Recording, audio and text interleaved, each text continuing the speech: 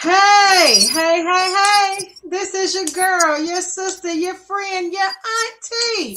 This is Erika Brown. I am here tonight with Soulful Revelations, and we have heavy topic tonight. Wow. Our last podcast, we talked about my our trip to Ghana, celebrating my birthday, and I mean we had fun. We laughed, we joked, we did all of those things. But tonight is a little different, and tonight we're going to talk about uh, when the sadness will not go away. And I'll let my co-host introduce herself. I'm sorry. It's okay. Sharice Young. All right, we have Miss Sharice, and Hey, if everybody. yes, if Welcome. you all don't know, Sharice and I have been friends for a very, very, very, very, very, very long time. And I was calculating tonight before I jumped on the podcast to see how long we have been friends. And we've actually been friends for 43 years. That's a I've been long dead on. I'm so glad that you found that you did your research because I been knew that. But I've been trying to wait for you to catch up. Look at God. He good, ain't he? Because I've yes. been trying to get 40 you to catch up with these 43 years for a long time. so 43 years we have been friends. Yeah. And I can say in that 43 years of friendship, we have seen each other sad a lot of times. Yeah, it has not been one time, two time, it hadn't been 10 times. We have seen each other sad a lot of times. And sadness, I'm sure we have experienced it through loss of loved ones, through loss of relationships, through loss of missed opportunities, through uh, loss of not having enough, wishing we had more and didn't have it. So we're going to tap into those things tonight. And I just pray that we've already prayed because we always pray before we actually jump on the Yeah. podcast. Yeah. But I just pray that it bless someone to be able to gain some kind of insight, healing, a changed mind in a positive way, um, by you all listening and tuning into this podcast tonight. So thank you all for who are tuning in right now. Those who have logged in, thank you for logging in, and we'll just move on. So first, I'm going to talk about the sadness of missing out. Um, I think with this whole social media phenomenon, like people watch others on social media and they just feel like they're missing out on something. You know, there's somebody who got a husband that might be better than the next one. Somebody's kids are better than theirs. Somebody's life looks better than theirs. Mm. And it's so unfortunate that we allow a glimpse, a little small piece of someone's life to make us feel sad. What do you say about that, Sharice? Huh. I'm going to explain it the way that I explain it to my children. Um, Everybody has some type of issues in their household. Those issues might not be the same issues, but everybody got their own set of problems in their house. So you can't look at what you think somebody may be on social media always trying to glorify what they think that they have more than other people and still be sad on the inside because Absolutely. people will perceive for something to be one way and it's totally the opposite of what it really is. Yes. So you can't look at how people glorify because nobody is not going, people are not going to always get on social media and put you in their life as far as telling you those things that are bad that's happening. They're going to always try to make things look like it's better than what it really is. Absolutely. Yeah. Absolutely. Absolutely. And that's the unfortunate part because I think they call it FOMO, the fear of missing out. Mm. Um, when you have FOMO. Hey, Lucretia, how are you? Thanks for tuning in. Hey, Um, Keisha. when you have FOMO, you're constantly stare at someone else's life, and when you're constantly staring at other people's lives, you're not getting the true picture. If Right, someone looked at my life and they just saw me on social media, that's not all of who I am. I'm right, so much more than that. right, So you have to you have to get to a point that you understand that the sadness of missing out is a figment of your imagination right, because you right, don't know exactly what you're missing out on, right? right, So you don't know, you only know a small portion of that person's life. And I'll actually give you a story. Kind of, this is way before social media time. I was riding in the car with my sister, my two sisters and their husbands. And I remember I was young, I was probably about 18, 19 years old. And my brother in law said, "Hey, we're going such and such place. We're going to drop Erika off." And I was like, "You're going to drop me off? I want to go like that." So he was like, "You're not going. It's just us going." And I was like, "I want to go. Like, I want to go too." And my brother-in-law, he kind of stopped the car in the middle of the road and he turned around because he was driving. And he says, "You're not going to go every place we go. You're not. So I need you to get used to not going when we go sometimes." And I started crying. Right, I'm 18 years old. I started crying because he hurt my feelings. And my sister leaned over. She says, "Don't say that to her." And he says, "You need to tell her she's not going everywhere we go." right, He was like, "You need to tell her. Like, I shouldn't be the one telling her this. You should be the one telling her this." And when I tell you, from that day to this day, if I'm not invited somewhere, I don't care. right, If someone tells me, "Oh, well, I'm going such and such with my other friends," I say, "Have fun." right, It's that because he taught me such a valuable lesson in that moment, and I didn't realize how valuable the lesson was you're not always going to be invited.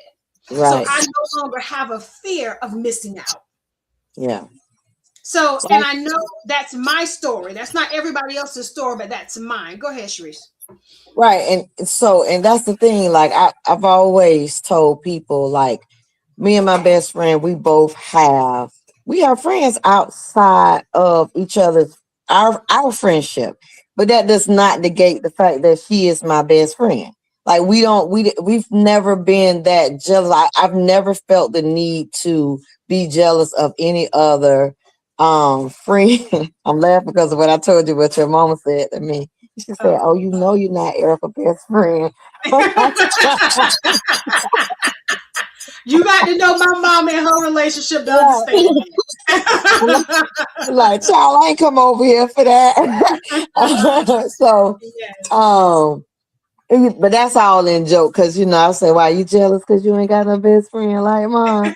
But yeah, but we've never been in that situation where we felt like we have no, and I don't think that any of our friends outside of our friendships felt like we have put them in the position to feel like they had to compete with us Yes. being friends, right? Yeah. So, but some people, they will miss out on having genuine Good people. relationships Yeah. because they are overthinkers. They overthink situations. Like, you Yeah. can be friends, you can have a best friend and a friend, another best friend and another friend outside of your friendship, Yep. because you don't know, when you start aging, you start realizing that some of those friendships that you have are predestined, and Mhm. some of those friendships that you have are just for a season. Season. Hmm. Yeah, Absolutely. yeah. Absolutely. Yes. Let's talk about the sadness of a missed opportunity. I think that we all have had missed opportunities. Krisha said, "Don't drop me off." Yeah, child, they dropped me off, girl. They dropped me off. Hey, classmate, how you doing? Hey, Tony. Yes. So I think we've all had missed opportunities, and whether it be professionally, whether it be uh, relationally, I think we've all been in spaces where we feel like, dang, if I could have just da da da da da, I wouldn't have Right. missed that opportunity, right? Yeah. Um, I think when you dwell in those areas too long, though, it's kind of like Monica in Love and Basketball when she shot when she shot her shot and she stood there with her hand up in the air and the girl came back and took the ball.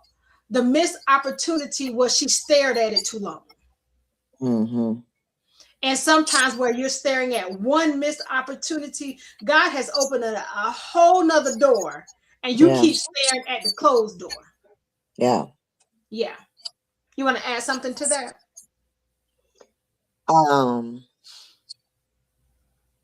I 80, I was telling the young lady, I said, 80, I'm gonna tell you when you sit down in this chair, the 80% of the girls that come in here that I interview, some of them, 80% of them leave out here crying. And she just got wide eyed. And so as we were having a conversation, she began to weep.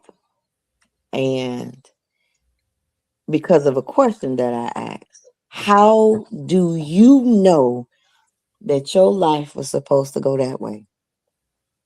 Mhm.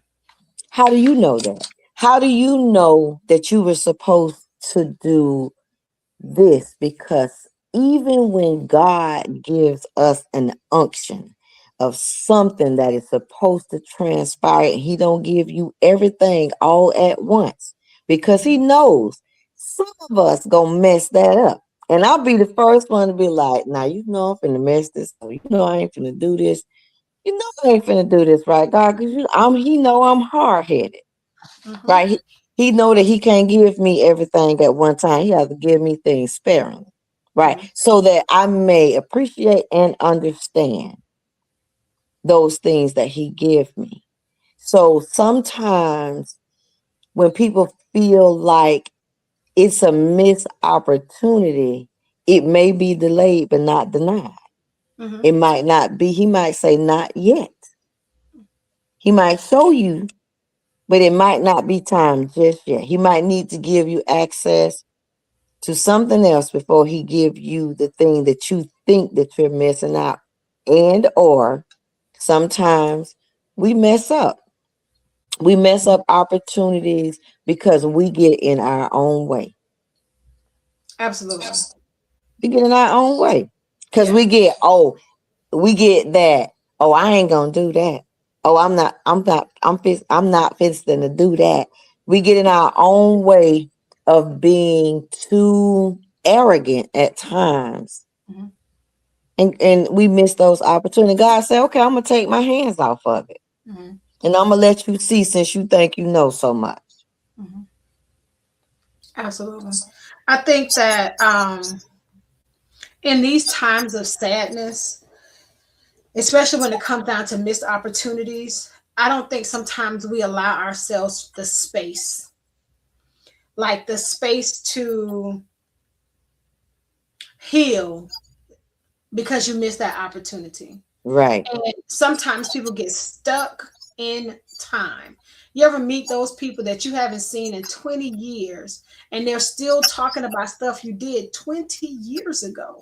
And You you know just I want have. to and you just want to say, I know you have had something happen great in your life Right. past what happened 20 years ago. And the Right. honest truth is a lot of people have not. Right. They have not. They have not had something so wonderful to happen to them that they can move past what happened 20 years ago that was so great.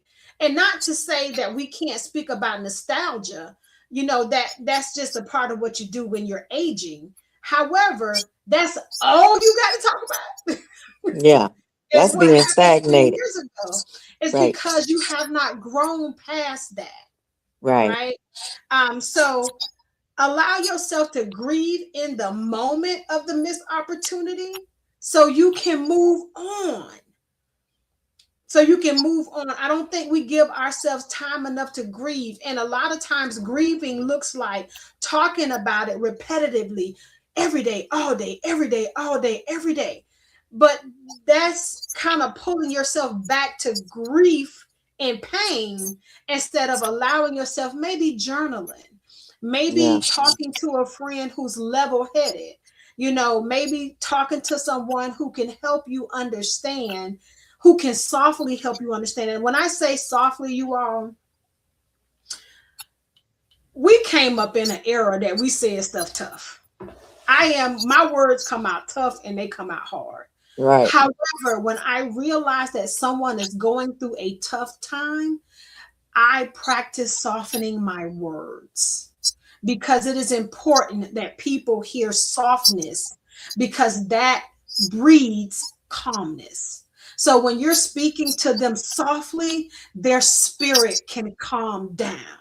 Because Mm-hmm. whereas you're talking to them harshly, their spirit, the anxiety kind of raises up in a person's spirit. And I don't think, and I say that also to those of us who are in the body of Christ, you have to choose your words wisely when you're dealing with people in sadness and brokenness and people who need to heal.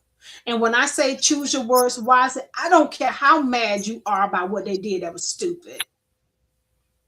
You have to choose your words wisely. Period. Period. So I try to practice using softer words and softer tones to people when they're going through tough times and literally listen because we all have done stupid stuff. We've all done stuff that God wasn't pleased with. Guess what? You're going to do it again. But that just goes to show, like, we talked about before, when it came down to death, and you don't necessarily respond the way other people respond. But Mhm. we've been friends long enough for me to know it's not always the words that I need to say to you. It's sometimes it's just my presence. Actions. It's the Yeah, my action. actions and my presence. Mhm. I don't have to, I can silently pray because I'm because I don't want to say the wrong thing. But I Mhm. feel like sometimes people have to understand with that, you have to care enough. Yes. You have to To you want to have to get to know who the person is. right, and to know what they need in that moment. And you Yes. have to care enough Yes. because it's been times where I did not want to say certain things because I didn't want to fumble the ball with people. Mhm. So I would, pray under my breath, Lord, you're going to have to give me the words. Like, I don't know what to say. So I would get silent and not Mhm. say certain things because in the moment, especially when it comes down to grief, and I say this all the time, in Mhm. certain situations, you don't get a do over Mhm. because people will never forget what you said in a time of when they And were what you hurting did. the most. Yep. Huh? And what you did. Yeah, what you did when they are hurting the most. They won't, people don't know how to let that stuff go. Mhm. Absolutely. I think we all have been guilty of that. Me, Yeah, myself. I me too. think that um, for those who know me, know that I'm not a crier. I don't really cry. I'm not a big water bag. Like tears is not the way that I really release. However, if someone does see me cry, they almost looking like, oh my God, what should I do? Oh my God, she shed a tear. Oh my God, what should I do? But my tears, I'm not a big crier when people die. That's not my thing because I understand to be absent from the body is to be present with the Lord. So Right. there's not I don't shed a bunch of tears when it comes down to that. But that's me. Other people may shed tears, and that is their way of shedding emotions during a time of sadness. And there's Right. nothing wrong with that. As a matter of fact, most people think it's something wrong with me because I don't cry. Versus when they do see people cry, they think it's something, what's wrong with her? I'd You be like, know, hey, go ahead on. Just leave her alone. exactly. But it's one of those things that when you're dealing with the loss of uh, people in our Yeah. lives, people deal with things differently. And now we not only lose people through death, we Yeah. also lose people through friendships, relationships, and even familiar people. Like when I say familiar, I mean family and things of that nature. And we've all gone through those losses well.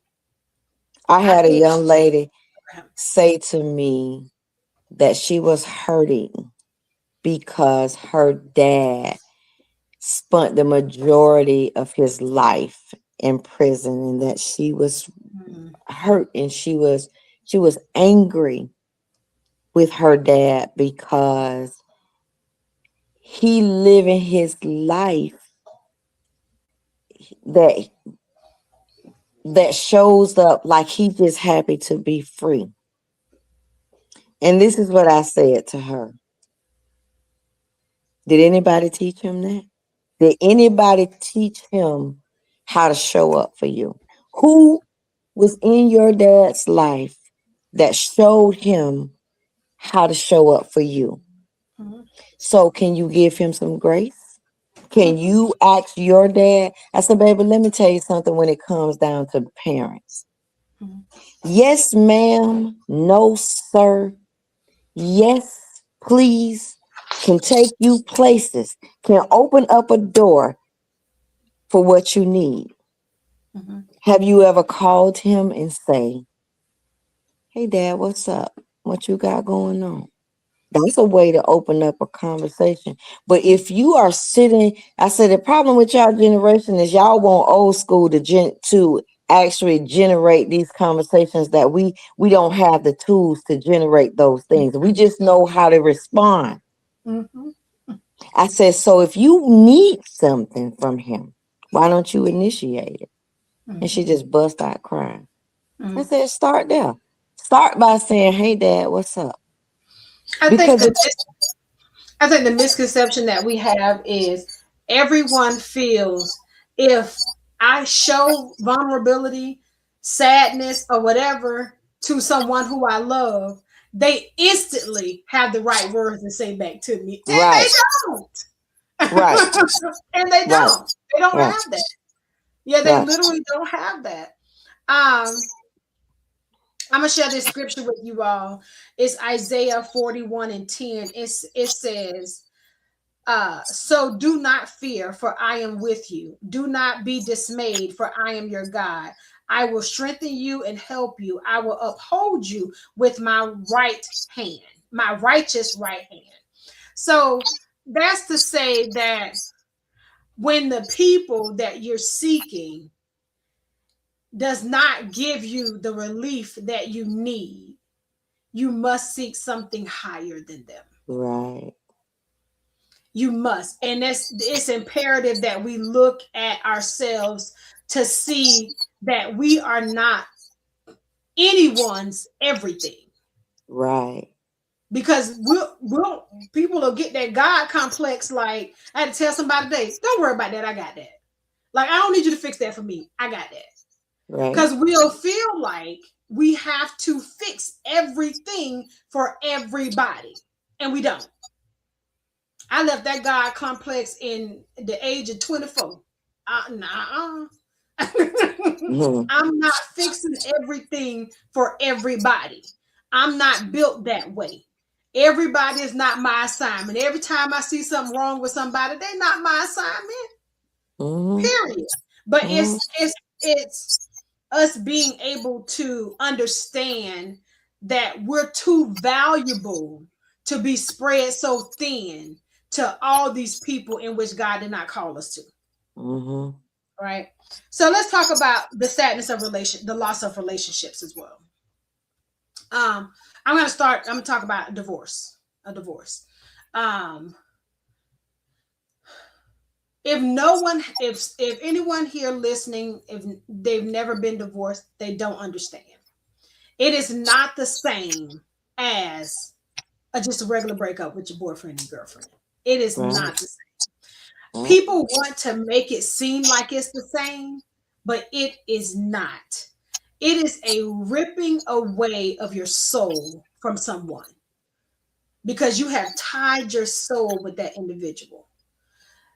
I myself will never talk someone out of their marriage. If Me someone neither. leaves their marriage, it's because they made the choice to leave their marriage. I will never talk someone out of their marriage because I understand the great pain that comes with a divorce. I understand it because I've experienced it. So I Right. know what it looks like. And people, when you say those types of things, people instantly go to, well, I wonder what happened in the marriage.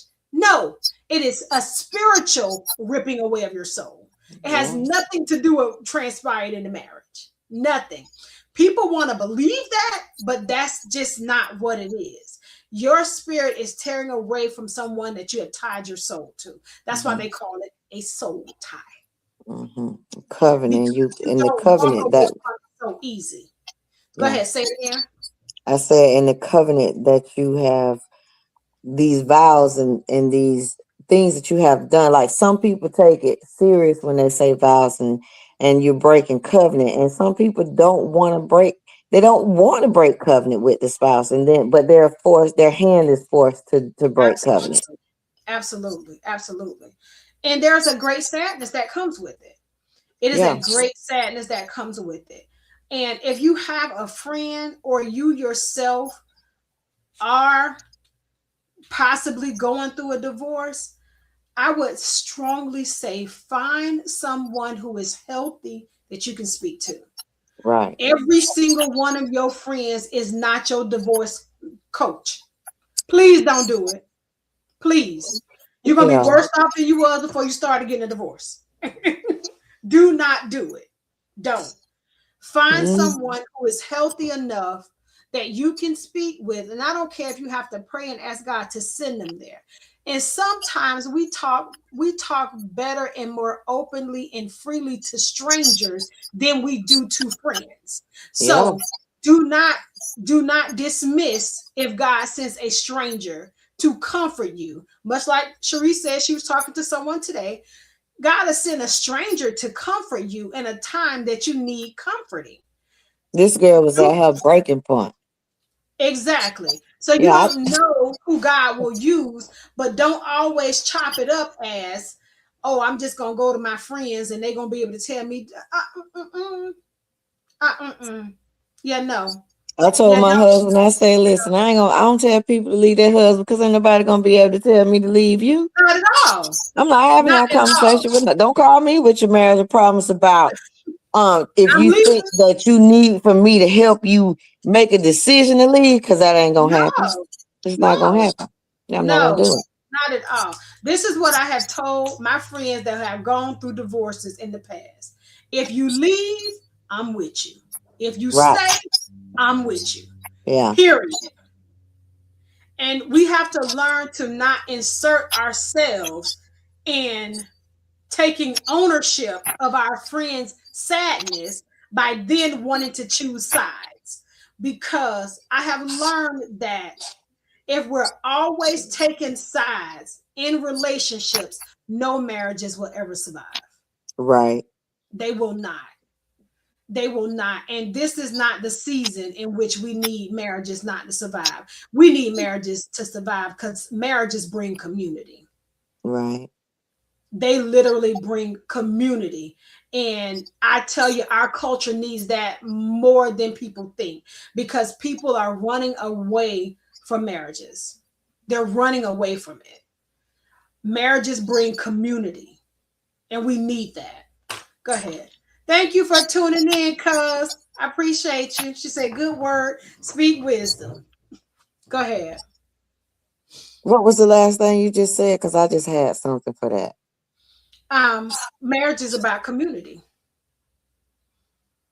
We literally need marriages because it brings a sense of community.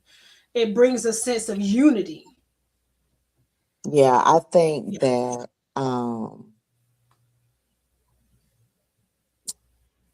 sometimes when I hear my pastor say all the time, y'all go out here and marry these jokers, then y'all want to come back in here after I done told y'all not to marry. Then you want to come back over here and you want me to pray for you and lay hands on you.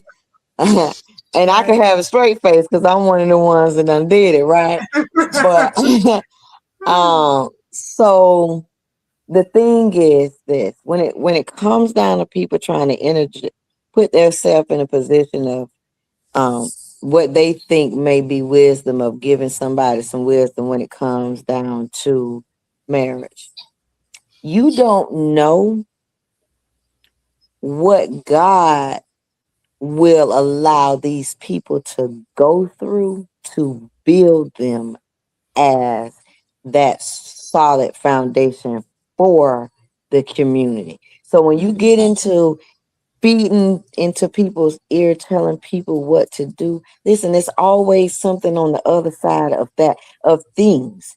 No matter Mhm. what situation it may be, there is something that God is trying to give you access to.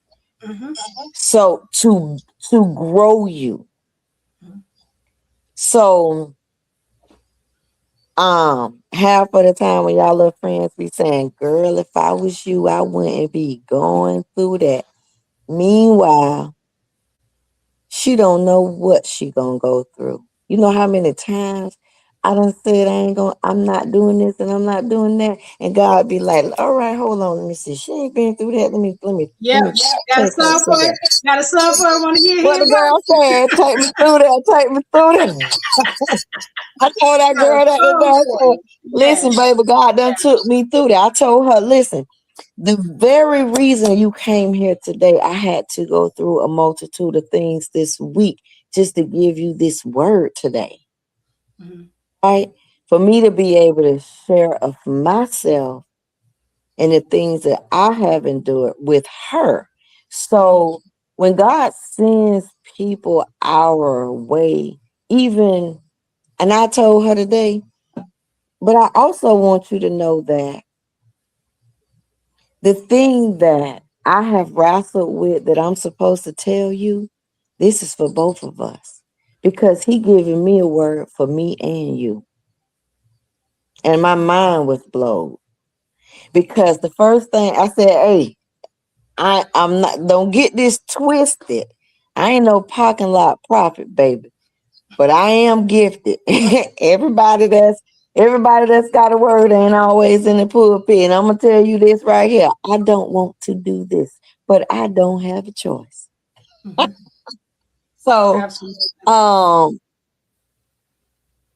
but I'm gonna encourage people because I know what it feels like to go through those silent things. And people have things where they love to say, oh, you just don't know.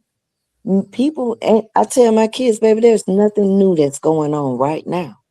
Mhm. This done happened before, right? Absolutely. There's nothing new So, under the sun. right. Mhm. So, just like people wear hairstyles and think that that style gonna come back, and it eventually do. It might not come back the way you still wearing it, but Yeah, it because come this back. right here, I wore in the 80s, child. I wore this when I was a little girl. Do you hear me? Right.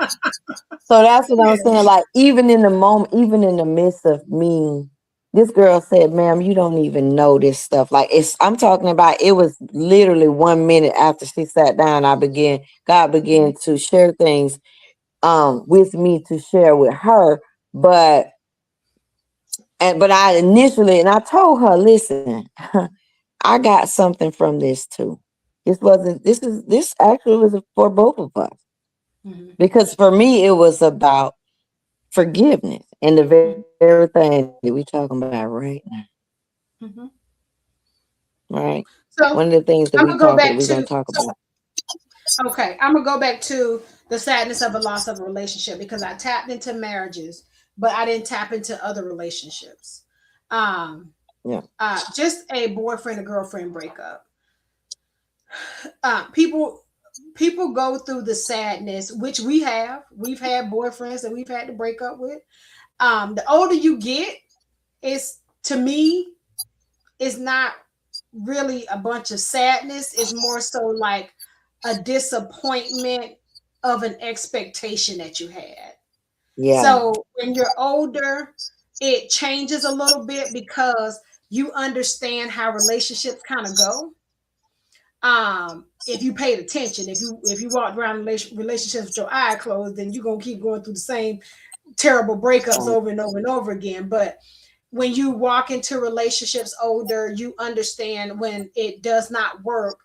It's not, so to speak, a finger pointing of why it didn't work. It's more so like, okay. And that okay does have disappointment to it. It may have a tad bit of sadness to it, but the bottom line is um, you learn to transition, to say the least. Yeah. And I think sometimes people don't understand that. I actually had a coworker tell me this today. I could only laugh. I sent him a TikTok video about a guy trying to break up with his girlfriend, and when he broke up with his girlfriend, he was like, "I think we need to part ways." And she said, "All right." And she hung up the telephone, so he called her back and he said, "Did you hear what I said?" She's like, "Yeah. What you want me to say?" And he was like, "I don't understand women these days because back in the day, a woman would be crying and snotting and trying to figure out what she did wrong and this, that, and the third." So my coworker said, Mm-mm. "That's just a bunch of masculine women." I said, "That's not a masculine woman. That's a woman who now understands how relationship goes." And I said, "It's too many men out there to be crying and snotting over one who's obviously just a man who playing games, and he needs his ego stroked, so that's why he wanted her crying and whining and whatever." Right. And he was like, "Whatever." I said, "But when you mature, you understand that in relationships, when people do childish things like that." I Right. said, people have to stop playing games. If he want her, he want her. Stop playing games. If you don't want her, don't be looking around here trying to wait to see if she's gonna cry about you. Like, baby, get your daddy and your mama issues fixed, because that's the reason why you're doing dumb stuff like that. Right. You haven't grown up yet, and you haven't matured in the area of saying, if I want the woman, I just want the woman. That's it. Right. Right. Right. That's it. But it takes maturity to get to that point. And no, women aren't sitting around being sad merely because he didn't see how good you was. We like, oh, oh well. I'm We gonna get up in the morning and go to work like I've been go getting to up work and and going to keep it work. moving. Listen, and keep it moving. So Right. everybody, and I shared that because there's a misconception that just because you're not crying and whatever over a relationship anymore, sometimes that's balanced out with age. And when you're Right. older, you don't do a whole bunch of that at all. I'm gonna share another one of our classmates, Fakisha Cooper. Fakisha Hey, Banks. How you doing, classmate? hey, Thank you Keisha. for tuning in. Um, but yes, that's another one. So we're gonna roll back a couple of years back when there was a sadness of not having enough, right? And when I wrote this, I was thinking of not having enough financially. However, I'm gonna save that for last because that's the obvious reason for not having enough. But do you know people don't have enough love? People don't have enough people standing in their corner. People don't have. I met a young lady a couple years ago. In the past year, she lost her mom and her dad, and she's young. People sometimes don't have enough of a lot of things that they wish they had, right? Um, Mm-hmm. and there's a sadness to it.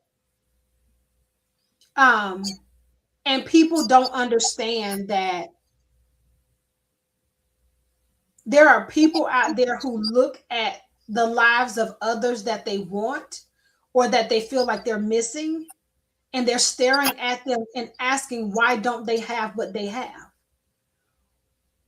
And the bottom line is that's not yours. Right. What God gave you is yours. Yeah. And it's so hard for people to understand that. And I think I've shared this before. When God told me years ago, probably about close to 15 years ago, when He said, the life that I gave you is the life that you have, don't look at anyone else's, because this is what I called you to. My life got so much easier because I no longer paid attention to what I was desiring, what other people had. Now, I wasn't envious of what they had, I just wanted it too. I didn't, some people want it and not want you to have it. Right. That was, It's a difference. it's a difference. It's a Right. difference in saying, I see what you have, I just want some of it too. I Right. don't not want you to have it. So, but there are people who are sitting, uh, they look at you as if you're superior and they're inferior based on what you have. And I'll give a prime example. Family. People hear me talk about my family all the time. I talk about my family. I have a family full of characters. When I Mm, say we are together, it is lit, lit, lit, lit, lit. Because this is a family full of characters. There is somebody who doesn't have that. yeah. And they will be on the outside looking in, desiring what you have with your family. So there is a sadness of people who don't have enough. They don't have enough family. They don't have enough love. If they do have family, they may not be close or genuine. So sometimes you have to understand that there comes a great sadness with loss outside of a financial loss. We've Right. all not had enough money at some point. We've all Yeah. done that. We've all been there, done that. There's nobody Mhm. who I don't know a person who hadn't lacked in financially area at some point in their lives. I don't know a Right. person. So we all have had the sadness of desiring more. You want to do more for your kids. You want to do more for your family. You wish you could do more for your parents. You some of the men wish they could do more for their spouses, but they can't. Financially, they have not had the resources in order to do that. And sometimes I've been in those shoes where you feel so helpless, like, God, how else can I do this? I'm trying it every way. And I remember one of our homeboys, back, he's a nurse now, so you know who I'm talking about. Mm-hmm. He said to me, he says, Erica, I tried it every which way that I could, but I needed to do it God's way. And God was not going to let me do it any other way but his way. So Yeah. sometimes when you're trying and trying and trying and trying and trying, God is just waiting for you to do it his way. Yeah. His will, not your own, Yeah. period. Because your will is Yeah. not going to take you to a place in which God has for you. He has the absolute best for you. Mhm. He tells us in the word that he will give us the keys to the kingdom. That means he will give us the knowledge of the kingdom. And the knowledge of the kingdom is only to make us better. Yeah. Yeah. So how do you get to that point? Go ahead, Sharice. I told a young lady today. Well, when I tell you that this was today was a right on time day, I told her I said, can I ask you a question? I said, you told me that your parents are living. I said, both of my parents are deceased. You told me that you don't have nobody but both of your parents to live. She said, yes, ma'am. I said, well, let me ask you this.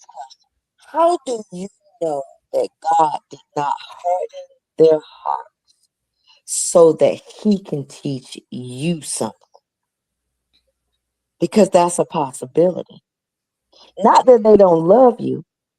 How do you know that he didn't harden their hearts to be able so that you can depend on him? Because a lot of times, you look at people posting subliminal posts about family ain't this and that and all these things, but you don't never know the backstory. How you know that this person is the main person that might be on? I had to tell one of my coworkers this. Having a rah-rah mentality is not going to ever get you nowhere. And Okay, the explain question, what rah rah means. rah-rah means that you are always on the defense. Every time somebody says something, you feel like you got to protect yourself. I said, baby, you are a lion in a place where the lion is not needed. You don't have to be that lion, rah, rah, rah, because there's nobody to fight. Mhm. There's nobody to fight with you here. So utilize, ask God how to help you use that mentality that you have. Because I'm not saying that it's wrong. It might just be misplaced. But because your workplace is never the place for you to be rah, rah, rah all the time. Because guess what? You can be replaced. Quickly. Yes. So when you look at those people who, there are many people in my life that I have shared myself of that has never taken nothing that I have given them or said to them to heart. When I back up is when I'm the problem. Because I cannot keep on doing the same cycle. That is not how my God operates. Mhm. I Because think I sometimes know, I just shared with this to someone yesterday. I said sometimes there's an expectation that we need to push in on people, and sometimes you have to back up from people. yes, And I remember backing up. I don't back up and not pray.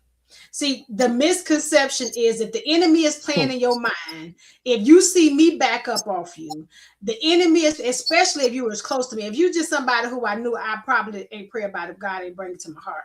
But if it was somebody who was close to me, I don't back up and not pray.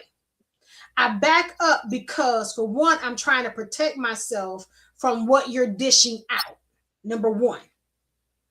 Number two, I'm trying to protect myself because I am a friend. When I call you my friend, you are my friend, friend, friend, friend. right, I don't play around with the term friend.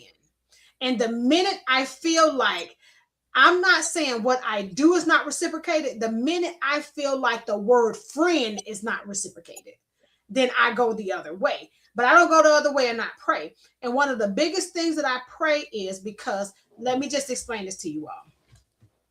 People will weaponize love, hmm, people will weaponize apologies. Don't let people weaponize those things towards you.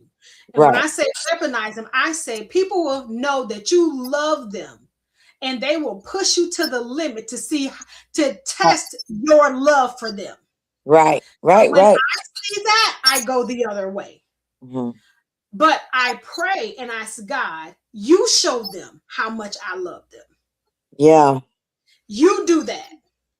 Because when God shows someone how much that this person loved you, he shows them. When we are trying to show it to them, we break ourselves right, because we're now privy to their abuse of love. yeah, So it's a way you have to do it.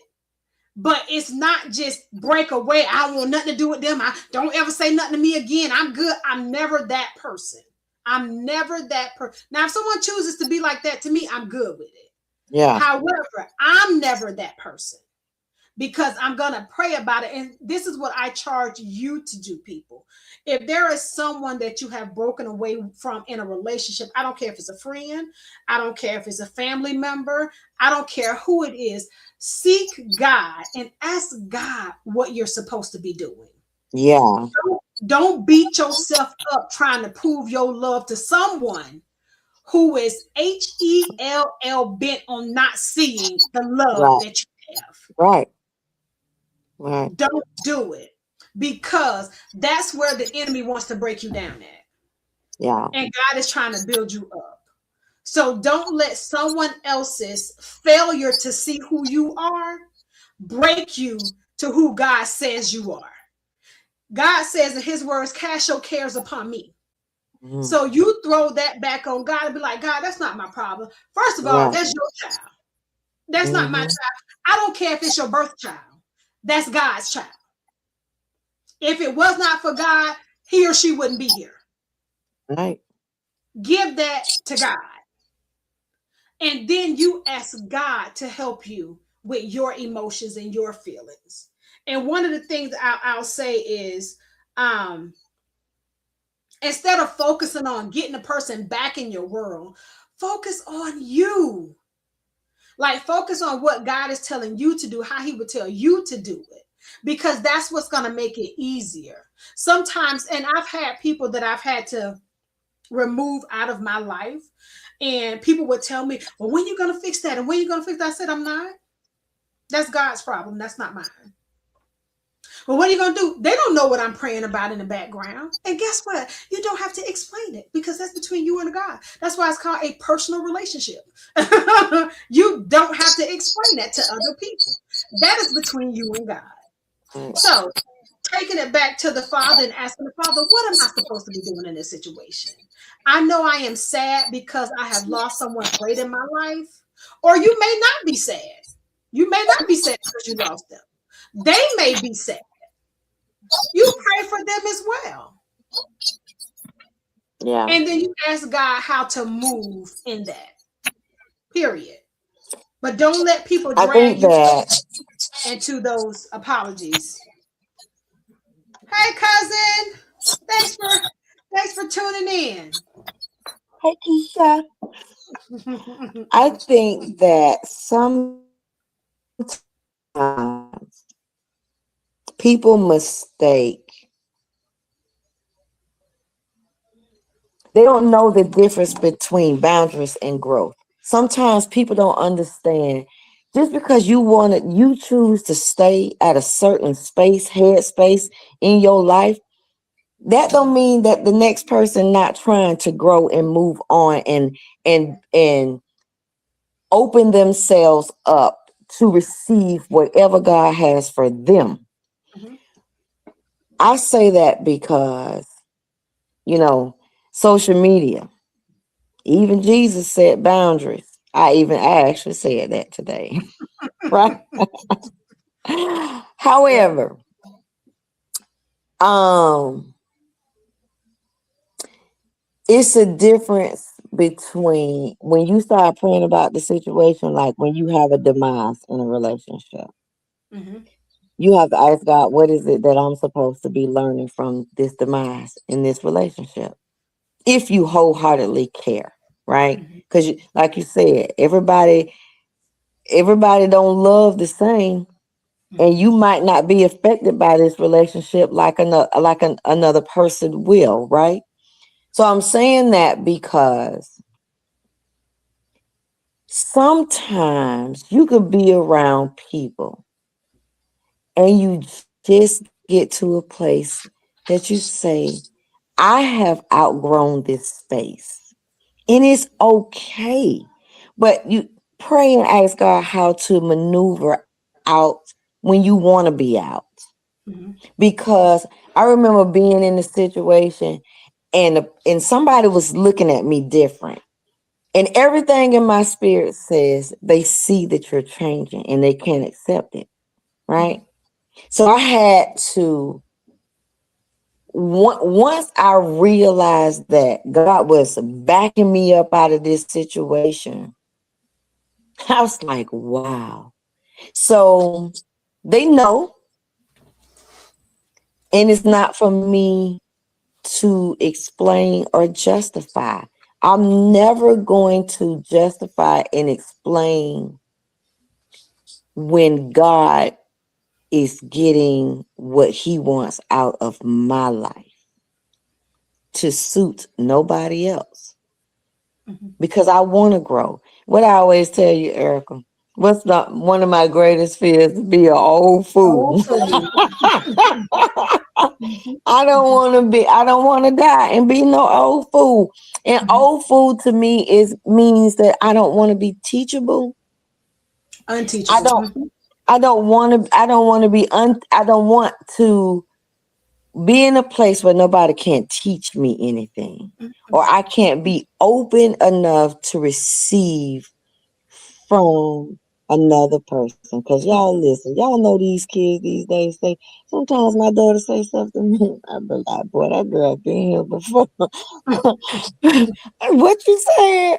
Mhm, So sometimes it's just a matter of getting by yourself, evaluating situations, and asking God questions. I told mhm, this young lady, if he is our father, why we can't ask him questions?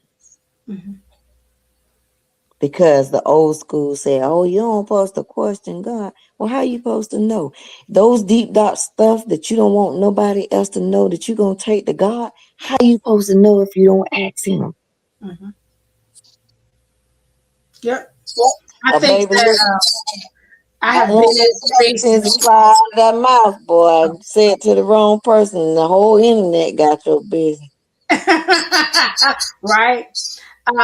I remember being in a space where I was teaching a new converts class, and one of the things that I would share with the group is, and most of the group were older than me, so I felt like a kind of like a little kid sometimes teaching these older saints. But I recognized that God had me in there for a season of not only learning, but to also show me what He had already placed in me. And I would say, they would say, Sister Erica, did I do that right? And I was like, I don't know. You better go ask God if you did it right. And they was like, but I'm asking you. No, I'm not God. We can't walk around with God complexes just because we have a wealth of information. I'm not God whatsoever. It doesn't matter if we have a wealth of knowledge. Don't allow people to idolize you, because especially those of us who at 50 and past 50, we got a lot of knowledge that we can pass on to some of these youngsters. Don't allow people to idolize you. That is not of God. That is witchcraft. So don't let people idolize who you are and the information that you have. Give it to them, drop it off, and keep it moving. That's it. And that's how you do that. Like literally give the person the information. Don't sit around like Monica with your hand up in the air because you done made a shot and you didn't help somebody. Don't allow people to idolize who you are. And I tell somebody quick, if they're coming to me too much and they're not going to the Father. Like, hey, you keep coming to me just a little bit too much. I Yeah, need you to take it back to God and ask God what He's supposed to be doing. Now, if they don't want to do the work, then guess what? I'm not your person, because a person who wants to do the work, they do it. I was speaking to someone just yesterday, and I said, "Hey, I'm going to send you some scriptures so you can pray about this situation. I'm going to send you. I'm going to help you out with this situation." So I literally forgot all day yesterday. I'm laying in my bed at 10 o'clock last night because my word is bond. If I said I'm going to do something, then I'm going to do it. right. Sat up last night, did what I needed to do, sent them the text message, and they text me back in about 15 minutes. She said, I just went through and I just did what you were saying in your text. And I was like, see, that's a person who wants to do the work. Right. They're not waiting for you to do it for them. They're saying, I see my situation for what it is. I have to move for me. And those are people you don't mind helping. But you cannot allow people to idolize who you are just because you're a person with great information. Don't do it. Don't do it. All right. I have actually two and they kind of coincide with each other. The sadness of acceptance and the sadness of rejection. All right, Sharice, that's you. Yeah, because that was mine. Um, think that And when we're right at the hour. people get to a place where they learn how to accept who God has created them to be, the noise of other people won't bother you anymore. And you Mhm, won't create a space where you allow the enemy to play with your mind. mhm, Like, I don't know at, at what age I said, I bet you nobody don't want to trade places what I went through because they want to be they want to have so much to say about who they think I am. mhm, I bet you they won't trade places with my life. So when you get to a certain place where you learn how, I never forget I was in my 30s when I learned how to start embracing who I am, that I am different than some people, right? And stop letting people, it's some people out in the world that say, well, I'm not going to water myself down for other people, ain't got nothing going on. That's just talk. They ain't got no water or bucket at all. Yes. I'm not talking about that because I believe that humility can take you places that money cannot, right?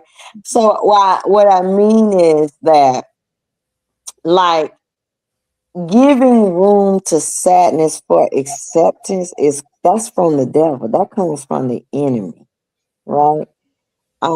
When you learn how to embrace you, those little quirky things that are different about you, when you start loving on yourself when nobody is around, you think yourself happy because it's not anybody's place to judge you. Mhm, So when you give room to darkness, mhm, instead of seeking God and asking Him, why did you make me different than these other people? Then you can get it. mhm. Now, what was that last one I said, Erica? Hold on. That's acceptance of rejection, but I want to say something to add to that. Okay. The sadness of acceptance. Um, for me, that resonates with the adverse effect. I think more so for me is the sadness of people accepting me. It's not my sadness, it's theirs. Right. Um, because when I say I am a person that is authentically Erica, when my mama gave me that name Erica, she was like, that girl right there, something else. She different. My mother has told me that I was different ever since I can remember. And it wasn't a different in a wrong way. It was just like, girl, you different from my other kids. And Right. that's how she would say it. And and when I say acceptance, the sadness of acceptance, I am what they call a polarized personality. And my personality, and when I say polarized personality, just to give you an eye view of that, that is a person that she accepts everything about who she is, Right. and she's okay with it. And when she meet people, when I say she, I mean me. I'm not speaking in third party. When she meets people, but I'm also speaking to people like me. When we meet people, people instantly either like us or they don't like us. Right. They pay attention to what we wear. They pay attention to how we act. They pay attention to how we do our hair. They pay attention to everything that we do because we authentically love ourselves. Mhm. And it's hard for people in this superficial world that we live in to see a plus size Black woman adore herself. Right. It's hard for people to see that. And Right. when they see that, they watch. And one thing that I've Yeah. learned is I'm never going to flip over to your side because I'm country and I'm Black and I love it. And I Right. promise you, you'll flip over to mine before I flip to yours. And Yeah. when I say that, I mean, I'm not trying to trade people, trying to tell people to not be authentically them. What I'm saying is, don't try to make me authentically you, because that's Right. not authenticity to me. Mm-hmm. So when if people can understand what I'm saying is be yourself. Right. Don't let people turn you into who they are. That is the spirit of imitation. Mm-hmm. And that runs rampant in places, especially in corporate America. Susie want to be like Susie. Sally want to be like Sally. This person want to be like that person. Be authentically you. The actress Tabitha Brown, she said she didn't make it until she decided to be authentically Tab. Mm-hmm. And that's when she started to make it. When she was trying to be everybody but herself, but the person that God made her to be, she was not successful. So who's to say your success may not be coming because you're not being yourself? Right. Who God called you to be, not this souped up character what you made yourself to be, not Slick Willie from the street, not Ray Red from round the corner. I'm talking about the person that God called you to be. Period. So and it's okay to be that person. And it comes a great sadness when you're looking at other people, even if someone, I can say for myself, even if somebody look at me like, does she like being plus size? And I look at them like, what are you talking about? Yeah. I like me. So I like everything about me. Right. Period. But that's because that person has an insecurity about themselves. So they will pour it out on you. Period. So don't get caught up in the sadness of acceptance, whether you're trying to accept other people or you're trying to allow people to accept you. If they don't accept you, they just don't. Right. Period. And don't try to make people accept who you are. Sometimes you got to realize them ain't your people. Period. While you fighting to be a part of someone else's world, Yeah. I'm going to read you all the scripture. Matthew 5:37. It says, let your yes be yes and your no be no, for whatever is more than these is from the evil one. When you dilly dallying in between, when you're trying to figure out, well, do I want to be over here? Do I want to be over there? No, you don't want to be over there. Be who God called you to be. That's it. And just focus on that. And focus on him so he can tell you who you're supposed to be. Period. Right. All right. The next one is the sadness of rejection. That was you. I think that a lot of times people get sad about feeling rejected from somebody. And sometimes it may not even be what you think it is. Like, you ever thought about you in a situation and you got yourself all amped up and you was like, oh, I gotta go tell Erika this. And then you show up and you amped up, and then that person looking at you like, what's wrong with you? Or, oh, I don't feel like dealing with that today. Like, Oh, you yeah. don't ever know that just because you're in a space, everybody that is around you is not always in that same space. Let me tell you something. When people ask me, I don't understand how you could still be smiling and all that stuff that you went through. You know what I tell them? Because I think myself happy, baby. I don't need nobody. And I would Right. tell people when they criticize me, baby, I don't need your help. I can do that by myself. Hmm. I Right. can criticize by myself if that's what I Yeah, want to do. I don't need you to I don't help need your me. I don't help. need you to help me. But I know how to think myself happy because the word can give you what you need. Right. Mhm, There's a scripture for everything that you need. Right. mhm. And sometimes I have to remind God. You said your sheep knows your name. They know your sheep knows who you are. Am I not Knows your your sheep? voice. My sheep Know know your my voice. voice. Am I not your sheep? Because I need you. Mhm, I told this girl today, be you to your father. Because he already knows who you are. mhm. I don't care. Me and you have always been them girls like, hey, like, what's wrong with them? Oh, they don't like us, and we think that's funny. I don't think people understand that though. Yeah, but we don't care. No, no. Listen, I told Erica, where I say, oh, they say they still together. Yep, we Mhm, still friends mhm. because we share that Growth, same type of energy. growth, though. And, huh? Growth. Yeah, Yeah, yeah, we're still friends because we wanted to grow. If we were right. still hanging back in 20 years ago, we would probably not be friends still because we both had a shift in mindset. Yeah. So, And at yeah, different times, at different at times. different times. But the love that we have and respect that we have for each other Yes, gave us the willingness to still support each other even when we were on different levels in life. absolutely. So when people go to needing people, it's like being a part of a clique. Me and Erica don't have cliques. It's us and we got friends. We both have friends. We have cousin best friends and all of that. However, we're not those people that are going to be in a room and need approval. We're gonna be the people that step in the room and be like, who they think they is? Us.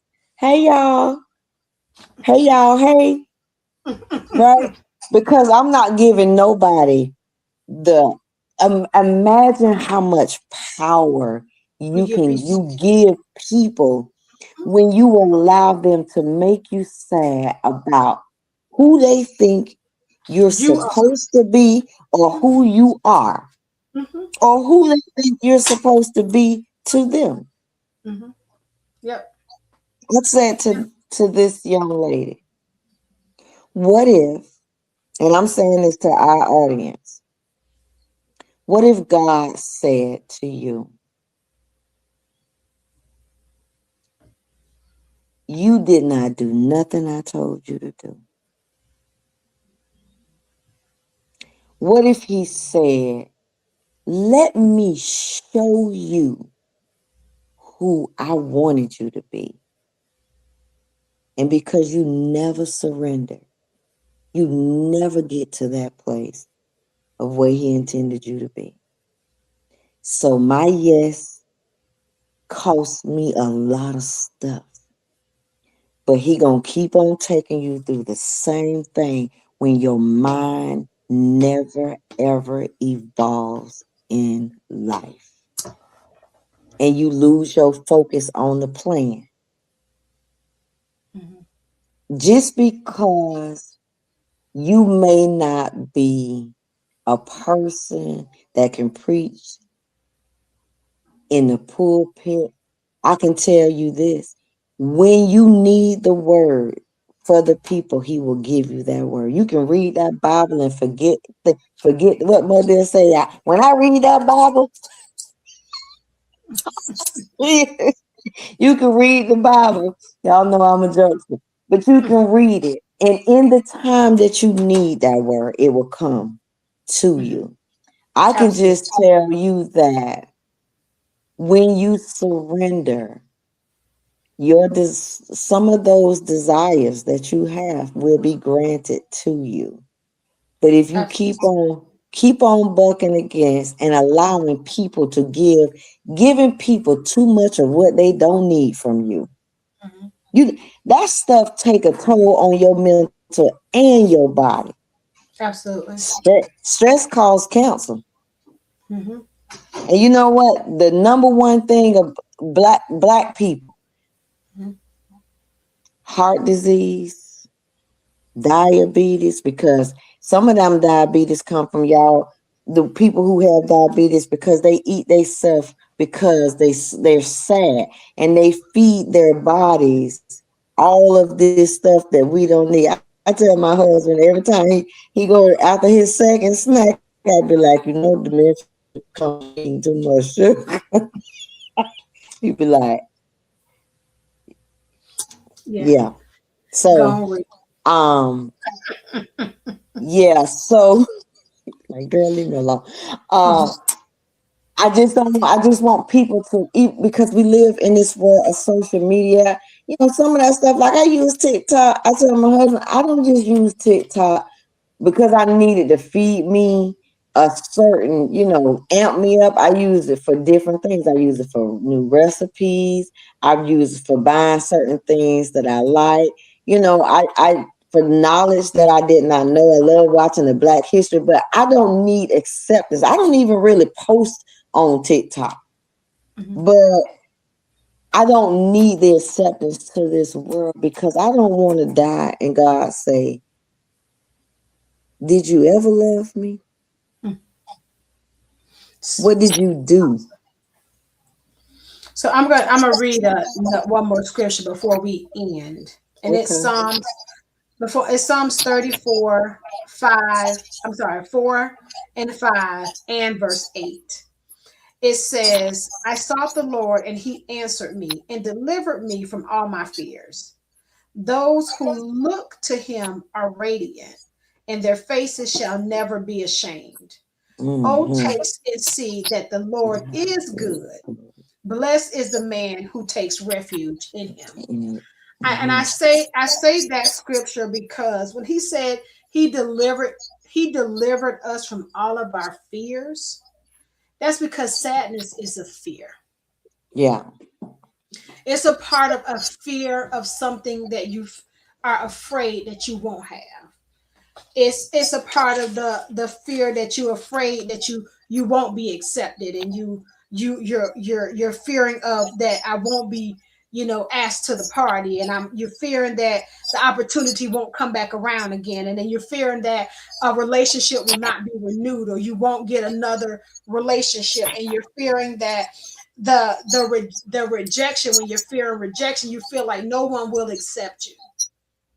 Right. And that's all sadness is. When you understand what sadness is, and you understand that the word tells us that He'll deliver me from that, it gets easier. Mm-hmm. But the first thing you have to do is accept the knowledge of the word. Because Look if at you all can't these accept people. the word, it's impossible to understand that you'll overcome sadness. Go ahead, you were saying something. Look at all these people that get on these social media platforms looking for acceptance, and they learning through trying different things, and people shutting down and they committing suicide Mm-hmm. because they're doing this for acceptance, Mm-hmm. and they're committing suicide because they can't handle criticism. Mm-hmm. Mm-hmm.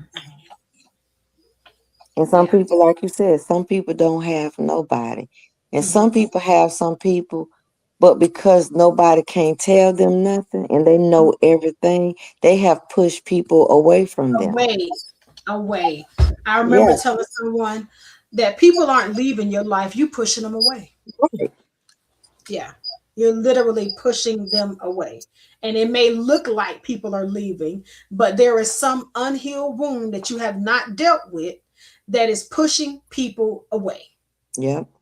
Yes. And 9 times out of 10, you push good people away. Yeah, you be on social media posting all them subliminal posts about this, that, and the third. And people be moved while you sitting around trying to find the right post to say something to the person that you ain't bold enough to tell. what you really want to say, them people is living their life and ain't have not lost not one piece of sleep about you and your little And your subliminal points. subliminal messages. Point. Yes. Keep them to yourself, child. Keep them to yourself. Well, we're gonna end. We're gonna end on that note. I thank you, all of you all who added your comments, all of you all who tuned in tonight. I so appreciate you. I pray that this message, someone got something out of it positive that they can apply to their lives. I pray that, it is a recipe for learning and that you all learned something from this podcast. So for Revelations, we will be here next month. We are here every last Friday of the month. I think this month we were here twice.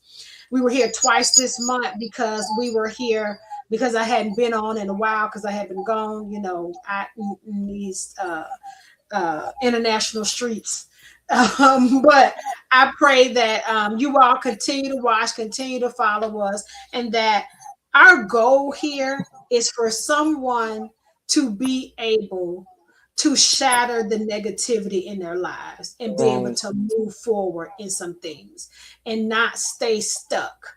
Just remember, it's a difference between being stuck and refusing to move. Yeah. So understand that this is a time. I pray that this podcast helps people get moving like a well-oiled train that keeps moving, so you can move to bigger and better things in life. Y'all have a good one, and again, thank you for tuning in. God bless. Good night, everybody.